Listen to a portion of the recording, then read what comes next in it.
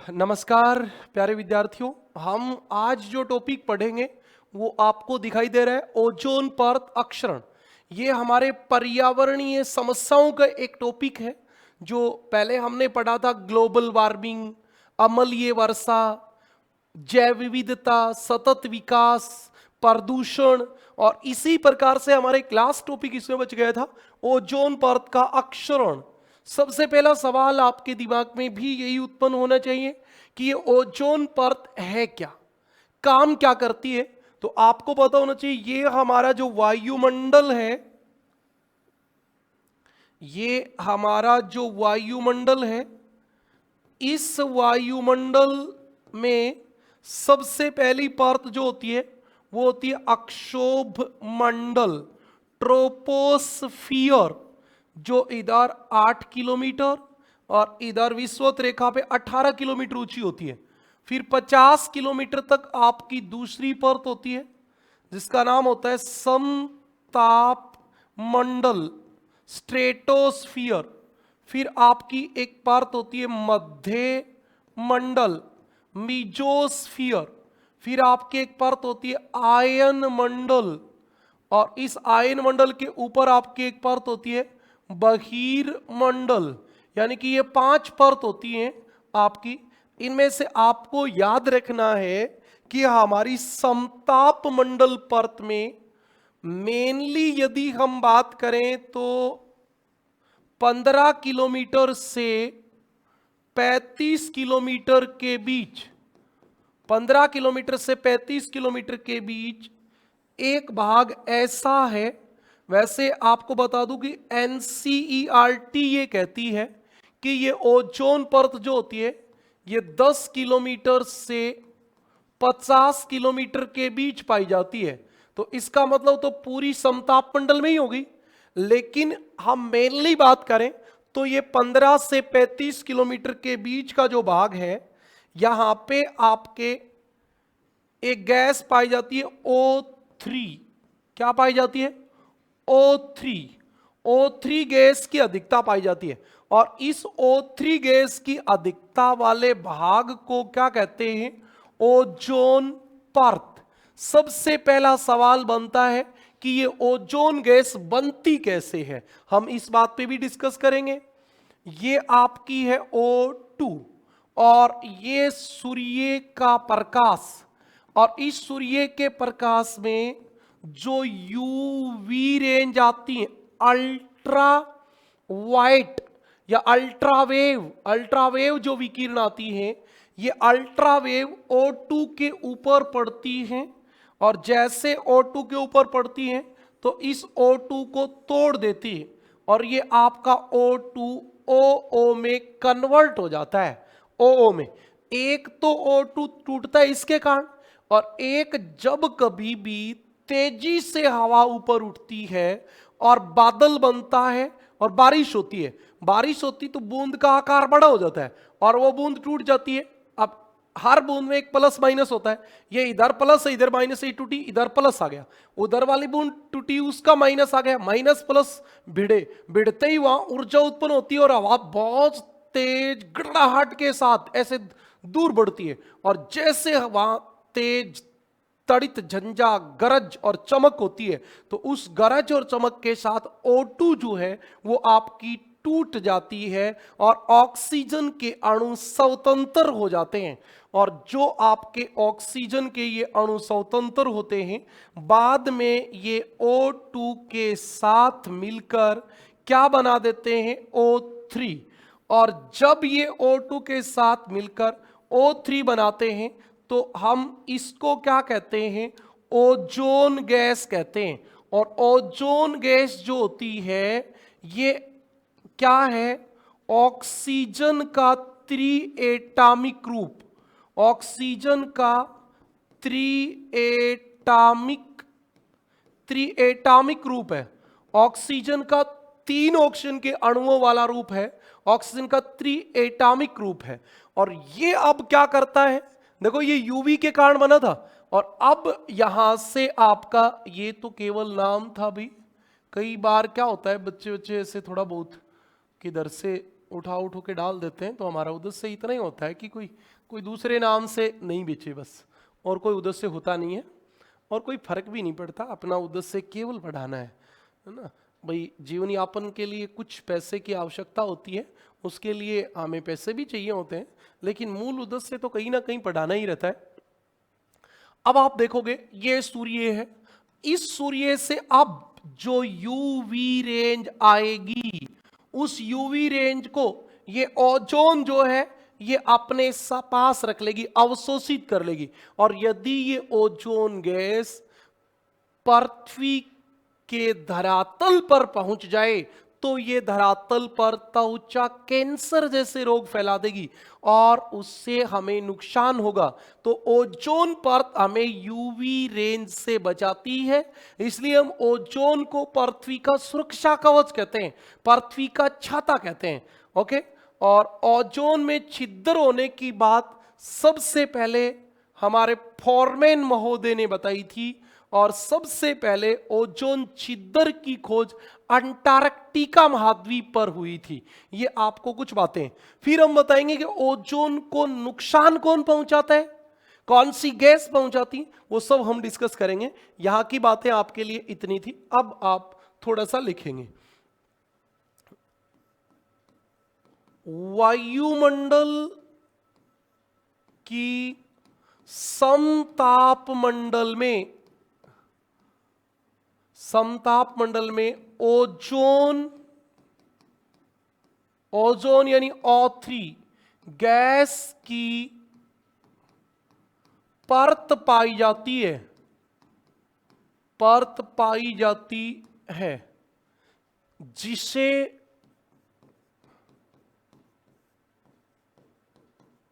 Ozone परत कहते हैं,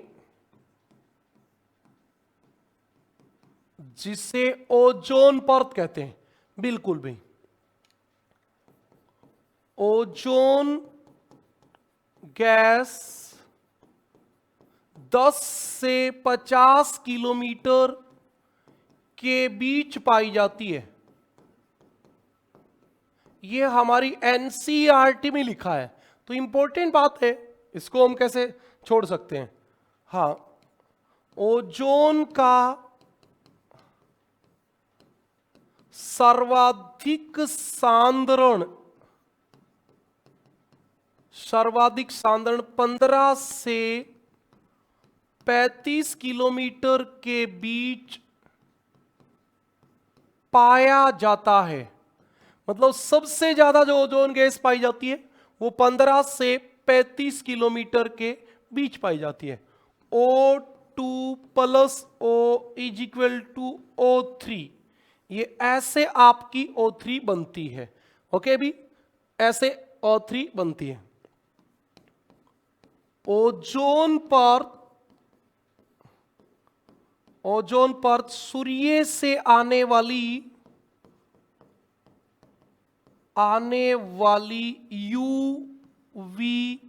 यूवी, इसको अल्ट्रावाइट भी कह देते हैं, अल्ट्रावाइट या पैराबैंगनी विकिरणों,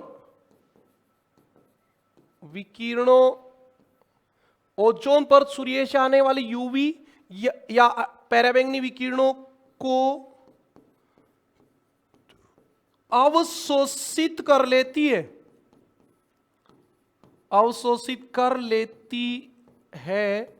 या रोक लेती है। पैराबैंगनी विकिरणों को अवशोषित कर लेती है या रोक लेती है। यदि ये विकिरण पृथ्वी पर पहुंचे तो जीवधारियों पर विपरीत प्रभाव पड़ता है। जीवधारियों पर विपरीत प्रभाव पड़ता है। अतः इस परत को पृथ्वी का सुरक्षा कवच, पृथ्वी का सुरक्षा कवच, या क्या कहेंगे, पृथ्वी का छाता कहते हैं, छाता कहते हैं। याद रखना, पृथ्वी की कंबल जो होता है वो बादल होते हैं, कंबल, पृथ्वी की कंबल बादल होते हैं, ये छाता होता है। छाता हानिकारक चीजों से सुरक्षा करता है, कंबल केवल टेम्परेचर को रोकने का काम करती है। सुरक्षा छतरी, सुरक्षा छाता कहते हैं। हाँ, ये आपकी बात थी। सर्वप्रथम ओजोन छिद्र की खोज फोरमैन महोदय ने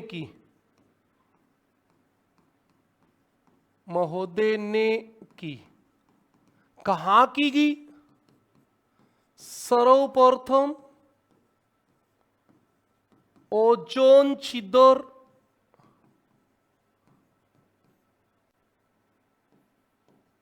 अंटार्कटिका पर खोजा गया, अंटार्कटिका पर खोजा गया। सर्वप्रथम जो ओजोन छिद्र वो अंटार्कटिका पर खोजा गया था भाई, ये भी एक खास बात है। अब हम बात करेंगे, हाँ, ओजोन गैस की परत को, ओजोन गैस की परत को और क्या कहते हैं? तो ओजोन परत, गैस की परत को रसायन मंडल भी कहते हैं, रसायन मंडल। एक तो इसका नाम होता है रसायन मंडल, एक होता है इसका कीमोस्फियर, कीमोस्फियर भी कहते हैं, कीमोस्फियर भी कहते हैं, रसायन मंडल या कीमोस्फियर भी कहते हैं। ये आपकी खास बात थी। अब आपको पता है कि ओजोन गैस का निर्माण उष्ण एवं उपोष्ण कटिबंध में अधिक होता है। तो वो तो होना ही है, क्योंकि उष्ण या उपोष्ण कटिबंध में क्या होगा, यूवी रेंज ज्यादा आएंगी, यूवी रेंज ज्यादा आएंगी तो O2 ज्यादा टूटेगा, O2 ज्यादा टूटेगा तो वो O3 भी ज्यादा बनेगा, और इसके बाद ऊपरी वायुमंडलीय परिसंचरण के द्वारा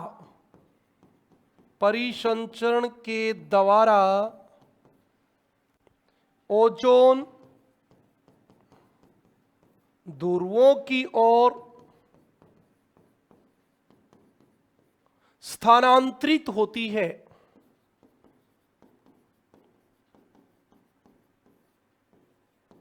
स्थानांतरित होती है, ये आपकी बात थी। अच्छा, अब हम जो बात करेंगे वो बात करेंगे ओजोन परत के विनाश के कारणों की। ओजोन परत का विनाश किसके कारण होता है भी?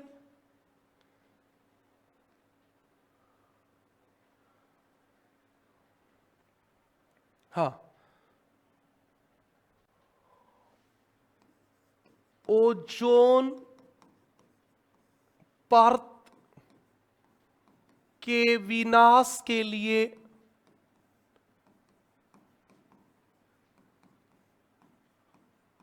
उत्तरदायी कारक, ये आपके लिए एक इंपॉर्टेंट रहता है इसमें। ओजोन के विनाश के लिए तो सबसे पहला होता है CFCS। आप इसको बोलोगे क्लोरो फ्लोरो कार्बन, ये क्लोरोफ्लोरोकार्बन गैस होती है, सबसे ज्यादा नुकसान यही करती है, सबसे अधिक उत्तरदायी। आपको एक बात का पता होना चाहिए कि इस क्लोरोफ्लोरोकार्बन, इस कैलोरीन का एक अणु ओजोन के 1,00,000 अणुओं को तोड़ देता है। मतलब कैलोरीन का एक अणु, सी कैलोरीन का एक अणु और 1,00,000 ओजोन अणुओं को तोड़ देता है। अरे खतरनाक काम है तो भाई, तभी तो ये CFC को कंट्रोल किया जा रहा है। CFC छोड़ता कौन है? AC, fridge, refrigerator. क्यों? इसका उत्सर्जन कौन करता है? AC, fridge, refrigerator. मतलब जो भी ठंडा करने वाले यंत्र है वो इसको छोड़ते हैं। और कौन सी गैस है भी? आप उसको बोल सकते हो हैलोजेंस गैस, HFC। HFC को जानते होगे आप? Hydro fluorocarbon. ये 2 नंबर पे आपकी नुकसान करती है, दूसरी सबसे ज्यादा है। तीसरे नंबर पे carbon tetrachloride, carbon tetrachloride. अरे कैलोरीन का एक अणु 1,00,000 अणुओं को तोड़ता है। अगली कौन सी गैस उत्तरदायी है? Methyl chloroform. मिथाइल, ये तो रटनी पड़ेगी भी, क्लोरोफॉर्म। हाँ, क्लोरोफॉर्म। 5 नंबर पे आपकी कौन सी गैस उत्तरदायी है इसमें? Methyl bromide. मिथाइल ब्रोमाइड, ये गैस भी उत्तरदायी है। 6 नंबर पे ज्वालामुखी उद्गार से निकली गैस। बताओ, ज्वालामुखी के समय जो हानिकारक गैसें बाहर आती हैं वो भी ओजोन परत को नुकसान पहुंचाती हैं। जेट विमान का धुआं, जेट विमान का धुआं। अभी पहले अमेरिका ने अफगानिस्तान पे बहुत सारे जेट विमानों के द्वारा आतंकवादियों को मारने के लिए बम गिराए थे, तो वहां इतना धुआं हो गया कि ओजोन परत को बहुत नुकसान पहुंचा था। और एक आपकी शॉर्ट सर्किट की घटना, बिजली के तार आपस में टकराते हैं, उससे जो धुआं निकलता है वो भी ओजोन को नुकसान पहुंचाता है। और मीथेन गैस भी कहीं ना कहीं थोड़ा बहुत इसमें नुकसान पहुंचाती है। ये आपकी गैस हैं जो ओजोन परत को नुकसान पहुंचाती हैं। बताओ, आपको कोई समस्या है इस बात में?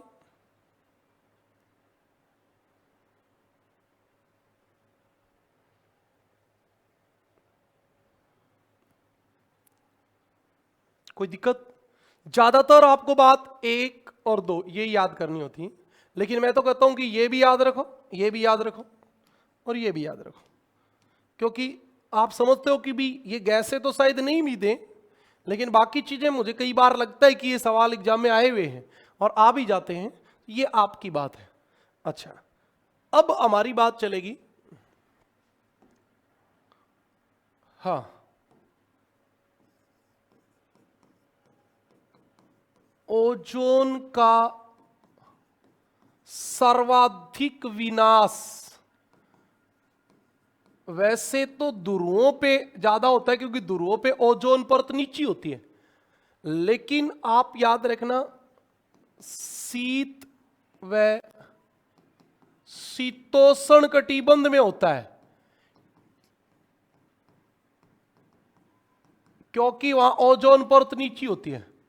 यदि अक्षांश की बात की जाए तो 60 से 65 डिग्री के बीच, 60 से 65 डिग्री अक्षांशों के बीच सबसे ज्यादा नुकसान हुआ है। ओके, अब आपसे सवाल यह भी पूछा जा सकता है, प्रभाव मान लो ओजोन रहे ही नहीं, ओजोन अपसरण के प्रभाव, ओजोन परत नहीं रहे तब क्या होगा? तो सबसे पहले जो होगा वो होगा ग्लोबल वार्मिंग बढ़ जाएगा, ग्लोबल वार्मिंग बढ़ जाएगा। क्यों बढ़ जाएगा ग्लोबल वार्मिंग? क्योंकि यूवी रेंज धरातल पे आएंगी। अभी कुछ तरंगों को तो रोक ही रही है ओजोन परत, वैसे ओजोन दोनों काम करती है, सूर्य से आने वाली यूवी विकिरणों को रोकती है और पृथ्वी द्वारा छोड़ी गई पार्थिव विकिरणों को भी रोकती है। काम तो दोनों तरफ करती है। अभी भी ग्लोबल वार्मिंग के लिए उत्तरदायी भी है। ज्यादा ओजोन हो जाएगी तो भी ग्लोबल वार्मिंग हो जाएगा, यह भी एक खास बात है।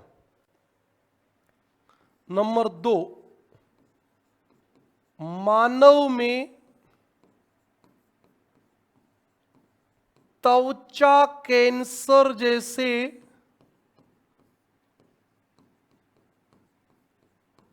रोग बढ़ जाएंगे। याद रखना, त्वचा संबंधी बीमारियां आए, खाज खुजली, तो वो अम्लीय वर्षा का प्रभाव होता है, और त्वचा कैंसर आए तो वो ओजोन परत अपसरण का प्रभाव होता है। दोनों बातें आप समझेंगे। अगला प्रभाव, मुलायम फसलें जैसे मटर, टमाटर खराब हो जाते हैं। मुलायम फसलें जैसे मटर, टमाटर खराब हो जाते हैं, बिल्कुल इनके ऊपर भी प्रभाव पड़ता है। एक और भी प्रभाव पड़ता है, मछलियों एवं अन्य जलीय जीवों के लार्वा नष्ट हो जाते हैं।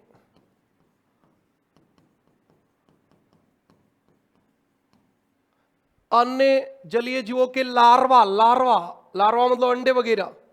हाँ, एक और भी प्रभाव होता है, मानव की रोग प्रतिरोधक क्षमता समाप्त हो जाती है, कम हो जाती है, ऐसे लिख देते हैं। मेरा एक मानना यह होता है कि जब भी मैं ऑनलाइन पढ़ा रहा होता हूं कि बच्चों के समय को कोई बिल्कुल भी खराब नहीं किया जाए। जितना कम समय उतनी ज्यादा बातें वो ज्यादा सही रहेंगी। हाँ, थोड़ा धीरे बताने का उद्देश्य यह होता है कि एक तो बच्चा साथ साथ सोचता रहे, एक जो बच्चा नोट्स बनाना चाहता है उसको भी ज्यादा समस्या नहीं हो। ठीक है। अच्छा, एक वैसे तो मैं आपको ग्लोबल लेवल पे जितने भी सम्मेलन हुए वो सारे एक साथ कराऊंगा, लेकिन आपको दो बातें ज्यादातर याद रखनी है। एक मॉन्ट्रियल सम्मेलन हुआ था, मॉन्ट्रियल सम्मेलन कब हुआ था? ये 1987 में, 1987 में हुआ था। ये मॉन्ट्रियल कहां है? कनाडा में, मॉन्ट्रियल सम्मेलन।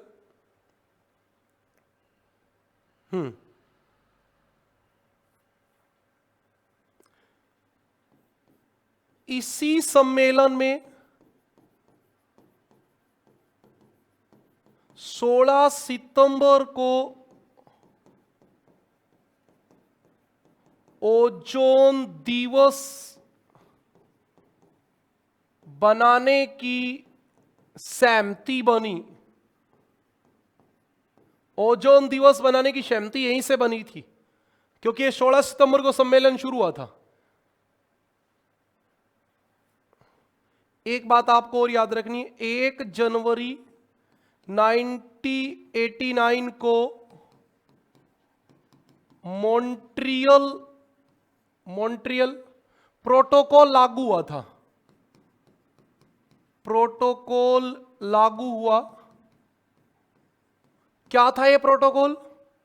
जिसमें सीएफसी के स्थान पर, सीएफसी के स्थान पर एचएफसी के उपयोग की सहमति बनी।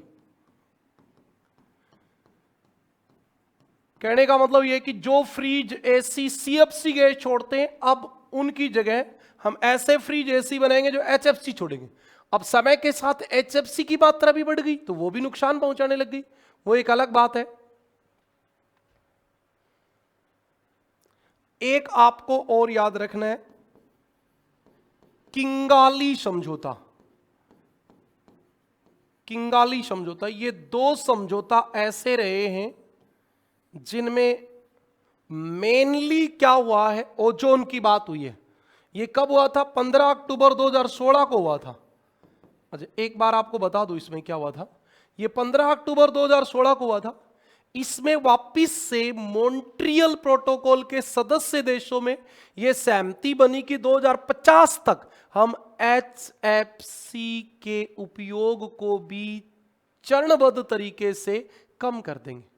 मतलब अब एचएफसी भी खत्म करनी पड़ेगी, क्योंकि एचएफसी भी अब ओजोन को नुकसान पहुंचाने लगी। बेटा, जब कोई गैस नहीं होती है तो उसका नुकसान नहीं होता, थोड़ी मात्रा में होती है तो पर्यावरण अपने आप व्यवस्थित कर लेता है। जब किसी भी गैस की मात्रा ज्यादा बढ़ेगी तभी तो वो नुकसान करेगी। हाँ, इसमें यह समझौता हुआ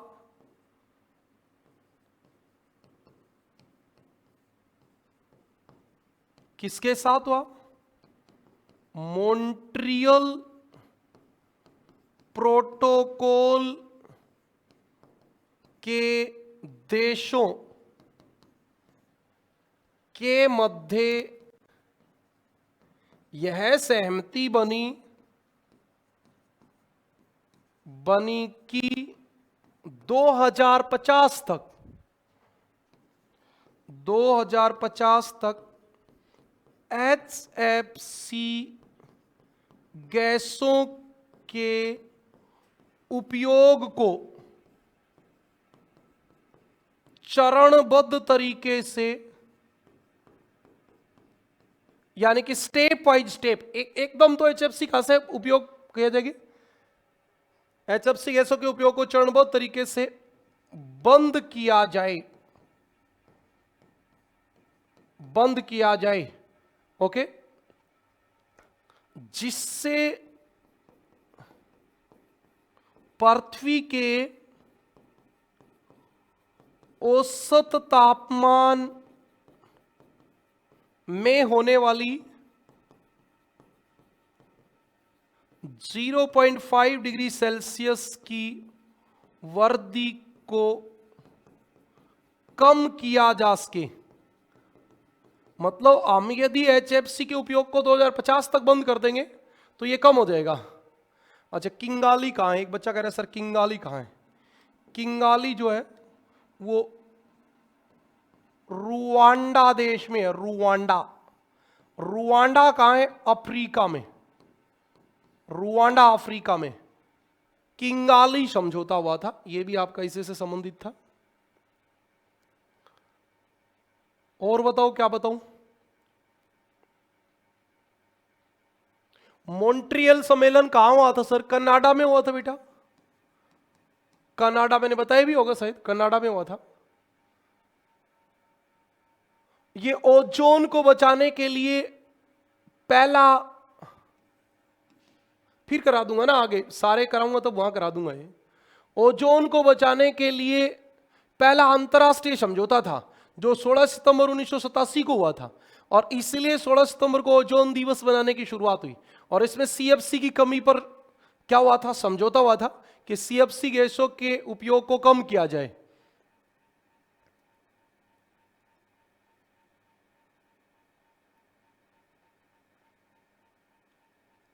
ठीक है भी, इतनी बातें क्लियर हैं?